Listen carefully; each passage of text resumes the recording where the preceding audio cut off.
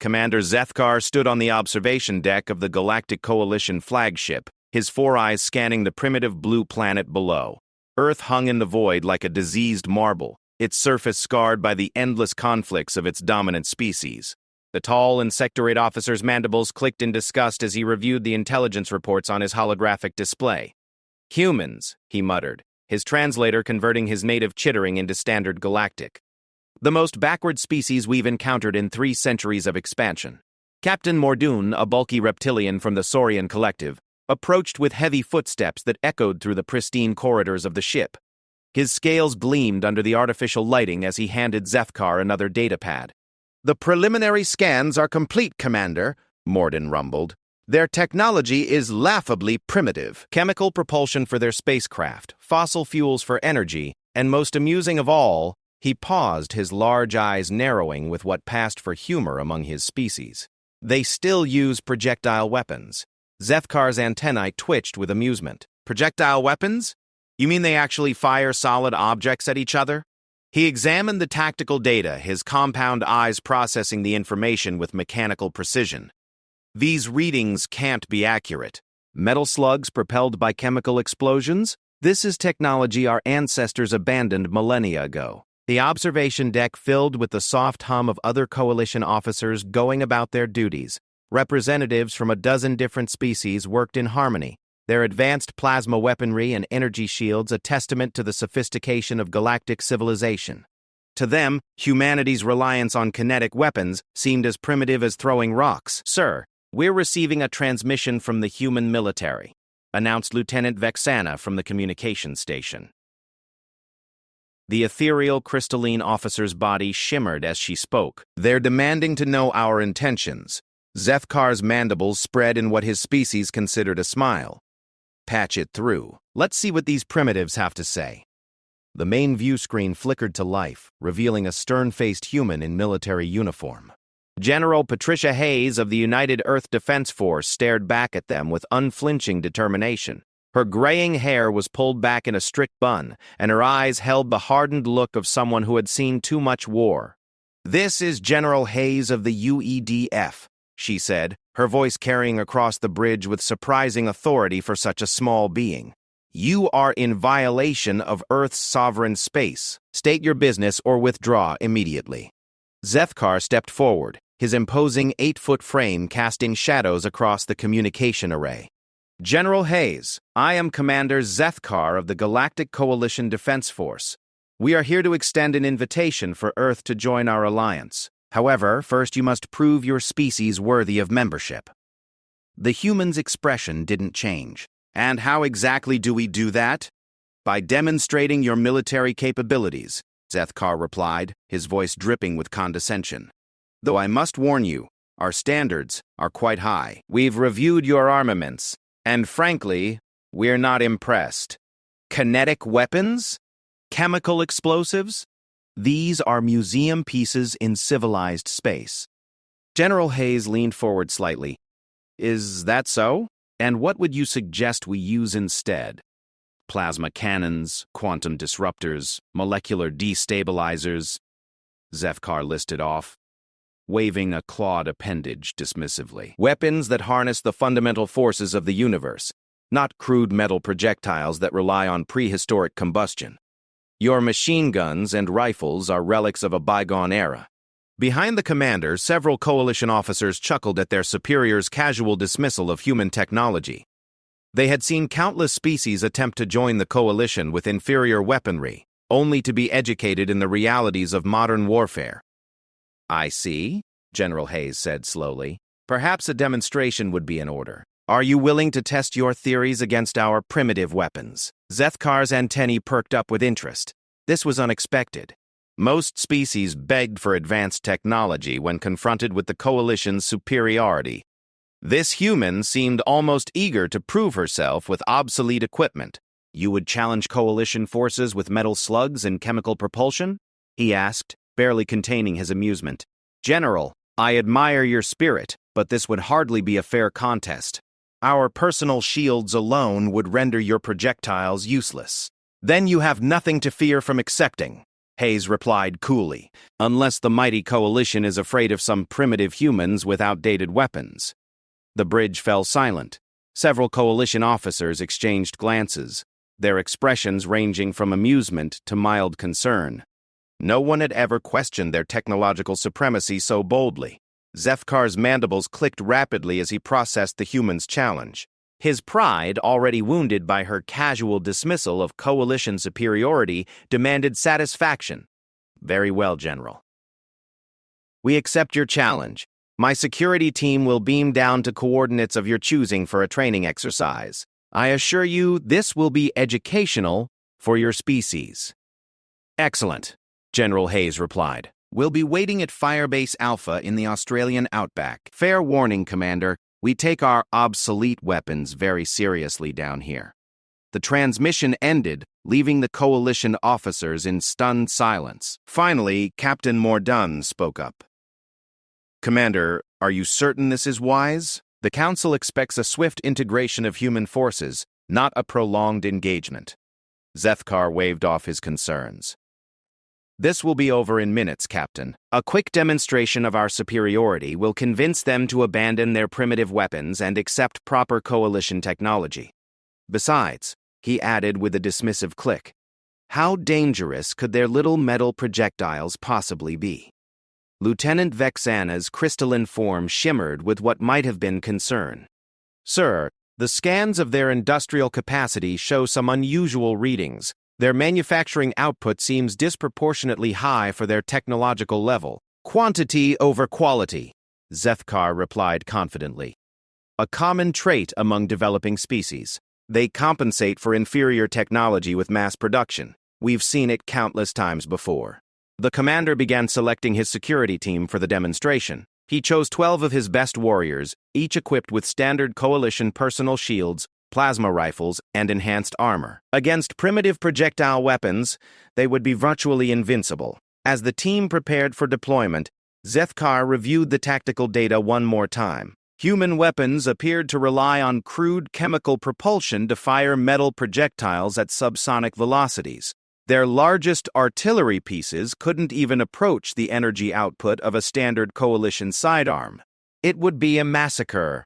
Sergeant Kreltos, he called to his senior non-commissioned officer, a battle-scarred veteran from the Mantoid hegemony. Ensure the team understands this is a demonstration, not a battle. We want to educate these humans, not exterminate them. The sergeant's forearms gestured acknowledgement. Understood, sir. Standard engagement protocols? Modified for primitive opponents. Zethkar confirmed. Minimal power settings, non-lethal targeting. Their weapons cannot penetrate our shields, so we can afford to be sporting about this. As the security team filed into the transport bay, Zethkar felt a surge of satisfaction. This would be a perfect opportunity to demonstrate coalition superiority while simultaneously bringing humanity into the fold. After witnessing the futility of their projectile weapons, the humans would gratefully accept advanced technology and begin their integration into galactic civilization. The transport ship dropped through Earth's atmosphere with barely a whisper, its advanced stealth systems rendering it invisible to human sensors. Below, the Australian outback stretched endlessly in all directions, its red earth broken only by scattered rock formations and sparse vegetation. Firebase Alpha materialized on their sensors as they approached, a modest collection of concrete bunkers and defensive positions that looked like something from humanity's ancient world wars. Zethkar observed the primitive fortifications through the transport's viewports, noting the crude construction and obvious defensive weaknesses. Sir, reported the pilot, I'm detecting approximately 50 human soldiers in defensive positions. They appear to be equipped with standard kinetic weapons. Nothing that should concern us. Excellent, Zethkar replied. Set us down outside their perimeter. We'll approach on foot to make this more sporting. As the transport touched down on the dusty ground, Zethkar's security team performed final equipment checks. Their personal shields hummed quietly, generating protective barriers that could deflect energy weapons and absorb tremendous kinetic impact. Their plasma rifles charged with a satisfying whine, ready to deliver precisely controlled bursts of superheated matter. The commander opened the transport's ramp and stepped onto Earth's surface, breathing the planet's surprisingly pleasant atmosphere through his suit's filters. The gravity was slightly lighter than standard, giving his movements an almost bouncing quality that he found oddly enjoyable. "Coalition forces," came General Hayes's voice over their communication systems. "You are cleared to approach Firebase Alpha. Our defenders are in position and ready for your demonstration." Zethkar activated his personal communicator. "General, my team is approaching your position. I want you to observe carefully how your projectile weapons perform against modern defensive technology. DB Sistis, perhaps this will convince you to embrace more advanced armaments." "We'll certainly learn something today, Commander," Hayes replied cryptically. "My boys have been looking forward to this." The coalition team advanced across the open ground in a standard assault formation, their shields shimmering in Earth's harsh sunlight.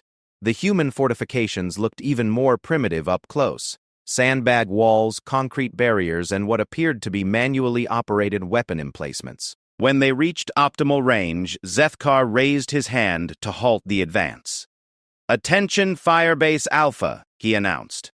"Coalition forces are in position. You may commence your demonstration of human military capabilities." For a moment, silence hung over the battlefield like a heavy blanket. Even the wind seemed to pause, as if the planet itself was holding its breath. Then the humans opened fire. The first round struck Zethkar's shield with a sound like metallic rain on a tin roof. He chuckled through his communicator as the small projectiles bounced harmlessly off the energy barrier, their primitive kinetic force easily absorbed by coalition technology. "Is this the best humanity can offer?" he taunted, watching as more rifle rounds peppered his team's shields. "Your bullets are barely scratching our defensive systems." But even as he spoke, Zethkar noticed something odd. The human fire wasn't decreasing. If anything, it was intensifying. More weapons were joining the barrage with each passing second, creating a steady crescendo of metallic impacts against their shields. Sergeant Kreltos activated his squad channel. "Sir, enemy fire rate is increasing beyond projected parameters. Current ammunition expenditure suggests they have significantly larger reserves than estimated." "Noted, Sergeant." Zethkar replied, though a small part of his mind wondered why the humans were wasting so much ammunition on a futile gesture. "Continue advance. Let's end this demonstration quickly."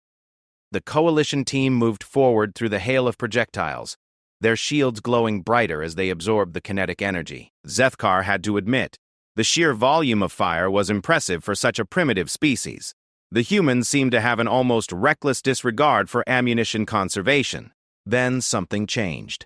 The steady chatter of small arms fire was joined by a deeper, more rhythmic sound, a heavy thumping that seemed to shake the ground beneath their feet. "What is that noise?" Lieutenant Vexana asked over the communication channel from her position aboard the flagship. Zethkar was about to respond when the first heavy machine gun rounds struck his shield. Unlike the rifle bullets, these projectiles carried significantly more kinetic energy. His personal barrier flared bright blue as it struggled to dissipate the impacts. "Interesting," he mused, examining the readouts on his armor's display. "They appear to have weapons with greater mass and velocity than their standard small arms. Still well within acceptable parameters, but noteworthy." The human machine gunners had found their rhythm now. From multiple positions across the firebase, heavy weapons opened up with devastating effect.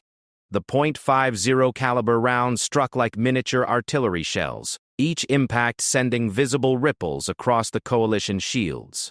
Sergeant Kreltos' voice carried a note of concern as he reported, "Commander, shield efficiency has dropped to 85%. Recommend accelerating timeline for demonstration conclusion." "Agreed," Zethkar replied, though he found himself genuinely curious about human tactics. No other primitive species had managed to reduce coalition shield effectiveness by any measurable amount. "All units begin return fire.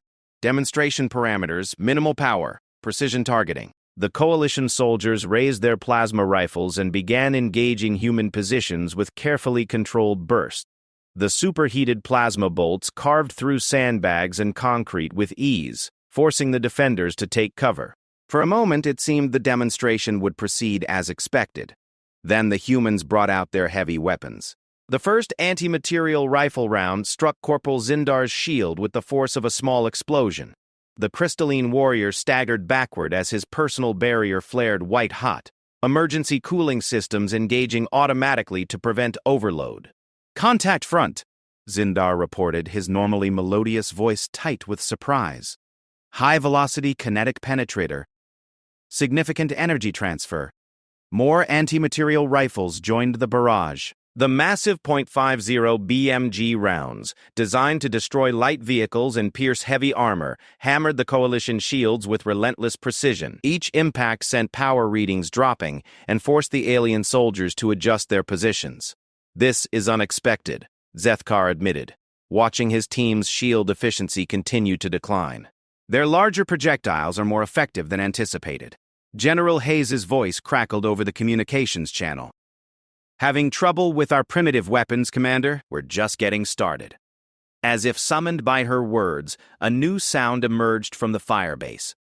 The distinctive whine of electric motors spinning up to speed. Zethkar's compound eyes widened as he recognized the sound from the tactical databases. The humans were activating some kind of rapid-fire system. The first M134 minigun opened fire with a sound like canvas being torn apart by giants. 6 rotating barrels spewed forth a stream of 7.62 mm NATO rounds at 4,000 rounds per minute, creating what appeared to be a solid line of tracers streaking across the battlefield.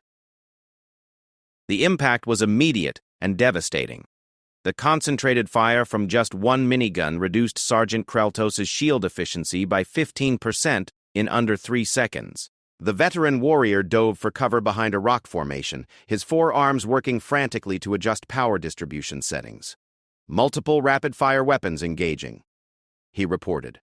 "Shield integrity compromised, requesting immediate tactical support." But there was no respite coming. More miniguns spun up across the Firebase, their distinctive whining filling the air like a chorus of mechanical banshees.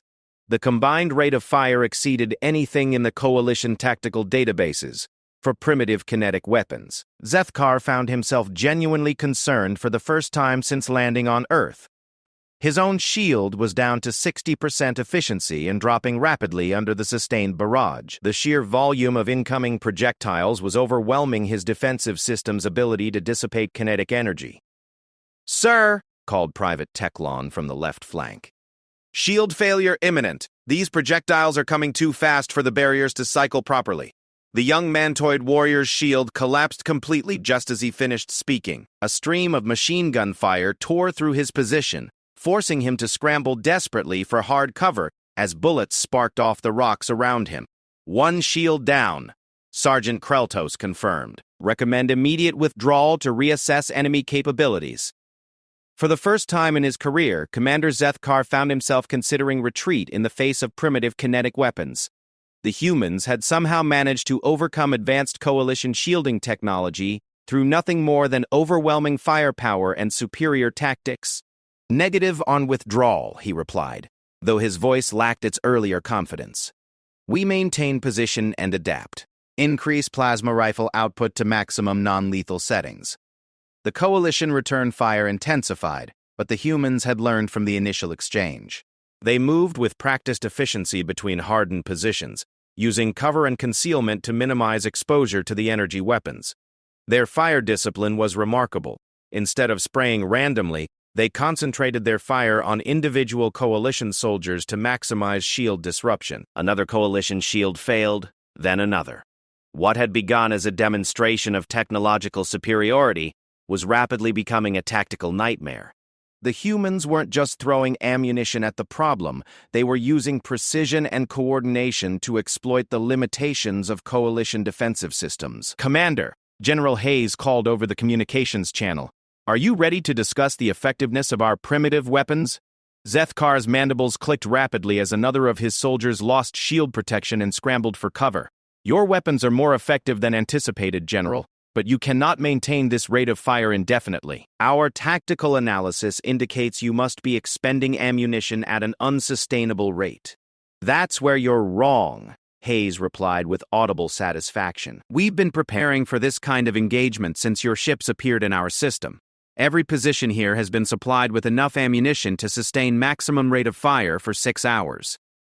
The implications hit Zethkar like a physical blow.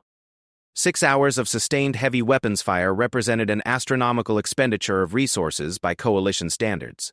No civilized species would waste materials on such massive ammunition stockpiles, when energy weapons could accomplish the same mission far more efficiently. But humans, apparently, were not civilized by galactic standards. They were something else entirely, a species that had turned resource expenditure into an art form and kinetic weapons into a science. Impossible, he muttered. No species could maintain such production capacity for primitive munitions.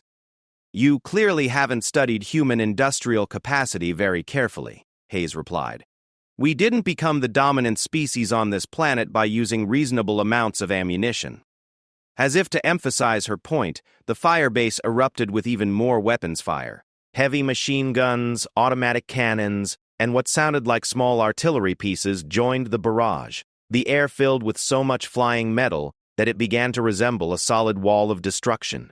Zethakar's shield finally failed completely. He threw himself behind a boulder as bullets whined overhead, his armor's proximity sensors screaming warnings about incoming projectiles. For the first time in decades, he felt genuinely afraid. All units, emergency withdrawal, he commanded. Fall back to the transport immediately. Negative, sir, Sergeant Kreltos responded. Transport landing zone is under fire. Pilot reports multiple impacts on hull. They're using armor-piercing rounds. Through his armor's tactical display, Zethkar could see the human Firebase had transformed into something resembling the surface of a small star. Muzzle flashes erupted from every firing position as the defenders poured devastating amounts of firepower downrange. The sheer intensity of the barrage was unlike anything in Coalition military doctrine. Sir, Private Teklon called from his hiding spot. Scanners indicate the humans have additional weapon systems still in reserve. Energy signatures suggest much larger kinetic weapons than anything we've encountered so far. Larger weapons? Zethkar asked, though he wasn't sure he wanted to know the answer. The response came not from his soldier, but from the Firebase itself. A deep, earth-shaking boom echoed across the battlefield as Firebase Alpha's main gun engaged for the first time. The depleted uranium sabot round from the concealed M1 Abrams tank struck the ground where the Coalition forces had been standing mere moments before, creating a crater large enough to park a small spacecraft. That, General Hayes announced over the communication channel, was our way of saying hello. We have 12 more tanks in concealed positions around the Firebase, plus artillery support on call from beyond your sensor range. Still think our kinetic weapons are primitive, Commander? Commander Zethkar crouched behind his boulder, his entire worldview crumbling around him like his failed shield generators. The steady thunder of human weapons had not diminished in the slightest. If anything, the Firebase seemed to be revealing new layers of defensive capability with each passing minute. Sergeant Kreltos, he called over the squad channel, status report on remaining personnel. 8 soldiers with functional shields, 4 without. The veteran replied grimly. All personnel pinned down by sustained heavy weapons fire. Sir, these humans appear to have unlimited ammunition reserves. Another tank round impacted nearby, showering the Coalition position with pulverized rock and earth. Zethkar's armor sensors registered the massive kinetic energy transfer and calculated the penetration potential against Coalition vehicles. The results were sobering. Human tank rounds could easily punch through standard Coalition armor plating. Commander, came Lieutenant Vexana's concerned voice from orbit. We're monitoring the engagement from the flagship. Are you certain you don't require immediate extraction? Zethkar's mandibles clicked with what little remained of his pride. Negative. This is still a training exercise. We're simply learning more than anticipated about human capabilities. With respect, sir, Sergeant Kreltos interrupted. This has moved beyond training. These humans are demonstrating military doctrine significantly more advanced than our intelligence indicated. The sergeant was right. What they had dismissed as primitive spray-and-pray tactics was revealing itself to be something far more sophisticated. The human defenders were employing overlapping fields of fire, coordinated movement between positions, and ammunition management that suggested extensive training and preparation. General Hayes, Zethkar called over the communication channel, your forces have proven their point. Human kinetic weapons are more effective than our initial assessment suggested. Oh, we're nowhere near finished, Commander, Hayes replied cheerfully. You haven't seen our heavy machine guns yet. Heavy machine guns? Zethkar asked, confused. But you've been using machine guns throughout this engagement. Those were our light machine guns, Hayes corrected. Squad automatic weapons and general-purpose machine guns. We keep the heavy stuff for special occasions. Before Zethkar could process the implications of that statement, a new sound emerged from Firebase Alpha. A deep, mechanical hammering that seemed to shake the very air. The distinctive boom-boom-boom of a .50 caliber M2 Browning heavy machine gun echoed across the battlefield like the heartbeat of some massive predator. The first burst of .50 BMG rounds struck Private Zendar's position with devastating effect. The massive bullets, each one nearly 6 inches long and weighing over an ounce, punched through the rock formation he was hiding behind as if it were made of paper. The crystalline soldier barely escaped as his cover disintegrated under the sustained fire. "Contact heavy weapons," he reported. "Kinetic penetrators are defeating hard cover." These projectiles have significantly greater mass and velocity than previous encounters. More heavy machine guns joined the barrage. The M2 Brownings, designed during humanity's ancient world wars and refined through decades of continuous combat, delivered their massive rounds with mechanical precision. Each gun fired bullets capable of disabling light vehicles and penetrating armored positions at ranges exceeding 2 kilometers. Zethkar watched his tactical display with growing horror as the human Firebase revealed yet another layer of defensive capability. The heavy machine guns weren't randomly placed. They were positioned to create interlocking fields of fire that covered every possible approach route. No matter where his soldiers moved, they would face concentrated fire from multiple heavy weapons. "Sir," reported Corporal Indara from the right flank, "enemy weapons are demonstrating battlefield effectiveness beyond all projected parameters. Recommend immediate escalation to orbital support." "Absolutely not," Zethkar replied firmly. "This is still a demonstration exercise. We will not use orbital weapons against a developing species." "Then how do you propose we disengage?" Sergeant Kreltos asked pragmatically. "The humans have us completely suppressed. Any movement toward the extraction point results in immediate engagement by multiple heavy weapons." It was a fair question. The coalition team was effectively pinned down by what should have been obsolete projectile weapons. Every time one of his soldiers attempted to move to a better position, the humans concentrated their fire with devastating accuracy. The sheer weight of incoming rounds made any meaningful advance impossible. "Commander," General Hayes called over the communication channel, "I hope you're taking notes. This is what we call combined arms doctrine." "Combined arms?" Zethkar asked, though he suspected he wouldn't like the explanation. "Different weapon systems working together to maximize effectiveness," Hayes explained. "Machine guns for suppression, tanks for direct fire support, and artillery for area denial." Speaking of which, the scream of incoming artillery shells cut through the air like the cry of diving raptors. Zethkar's compound eyes widened as he recognized the distinctive sound from Coalition databases, high-velocity kinetic projectiles approaching at supersonic speed. "Incoming!" Sergeant Kreltos shouted over the squad channel. The artillery barrage began with a sound like the universe being torn in half. The 155 howitzer rounds impacted around the Coalition position with earth-shattering force, each explosion creating craters large enough to swallow a small building. The humans weren't using energy weapons or exotic matter, just high-explosive shells delivered with pinpoint accuracy. But it was the sheer volume of fire that truly impressed Zethkar. Shell after shell rained down from hidden artillery positions, creating a rolling barrage that methodically worked its way across the battlefield. The humans weren't just firing a few shots for effect, they were conducting a sustained artillery bombardment that would have exhausted the ammunition reserves of most Coalition vessels. "How many guns do they have?" Private Teclon asked in amazement as the barrage continued without pause. "According to our scans," Zethkar replied, checking his tactical display, "approximately 24 artillery pieces are currently engaging our position. But that's impossible. No primitive species maintains that level of heavy weapons concentration for a simple training exercise." "Unless they don't consider this a simple training exercise," Sergeant Kreltos observed grimly. "Sir, I'm beginning to think we seriously underestimated human military doctrine. The artillery barrage finally lifted, leaving the coalition soldiers deaf and disoriented in smoking shell craters. But there was no respite immediately. The machine gun fire resumed with even greater intensity than before. The humans had used the artillery to force the aliens into even worse positions, then resumed their systematic suppression with small arms. General Hayes, Zethkar called over the communication channel. This demonstration has gone far beyond what we anticipated. Your forces have proven that human kinetic weapons can be effective against coalition technology. Effective? Hayes sounded genuinely surprised. Commander, we haven't even shown you our good stuff yet. What you've experienced so far is just standard defensive fire. We haven't brought out the weapons we actually use to kill things. Zethkar felt a chill run through his exoskeleton. What do you mean? Everything you've faced today has been designed for suppression and area denial, Hayes explained patiently.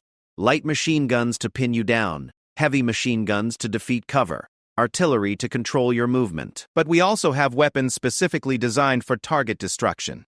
As if summoned by her words, a new sound emerged from the Firebase, the distinctive whistle of an anti-tank missile in flight.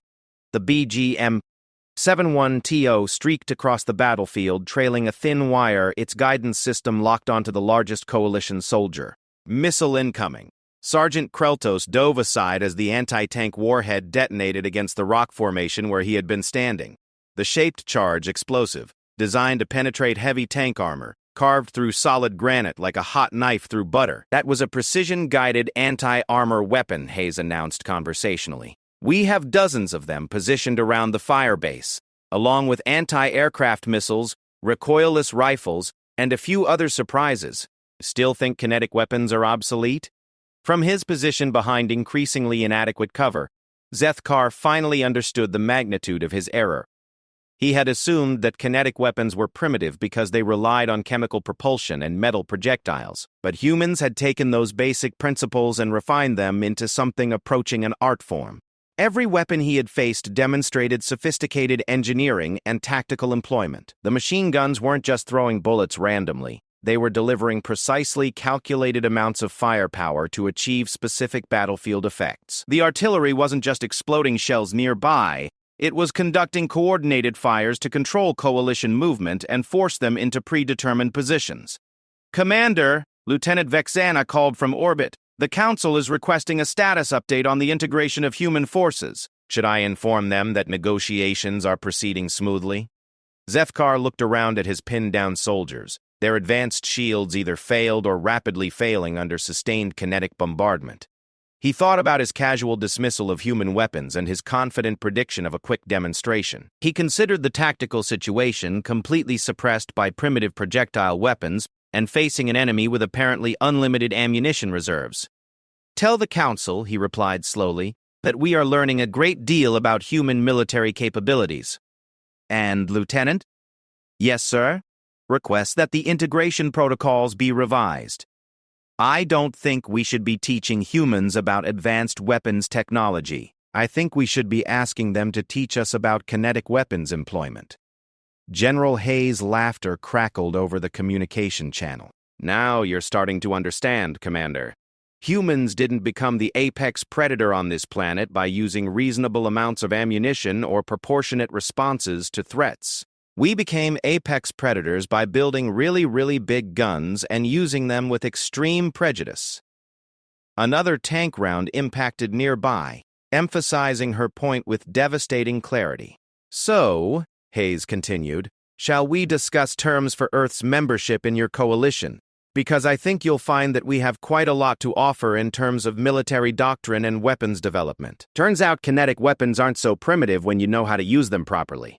Zethkar activated his emergency beacon, signaling for immediate extraction. His pride could survive the humiliation, but his soldiers couldn't survive much more of humanity's idea of a friendly demonstration. As the coalition transport descended through the hail of gunfire to extract his battered team, Commander Zethkar realized he had learned the most important lesson of his military career. Never underestimate a species that considers overwhelming firepower to be a reasonable response to any tactical situation. The humans weren't primitive. They were terrifying, and they were about to become his allies.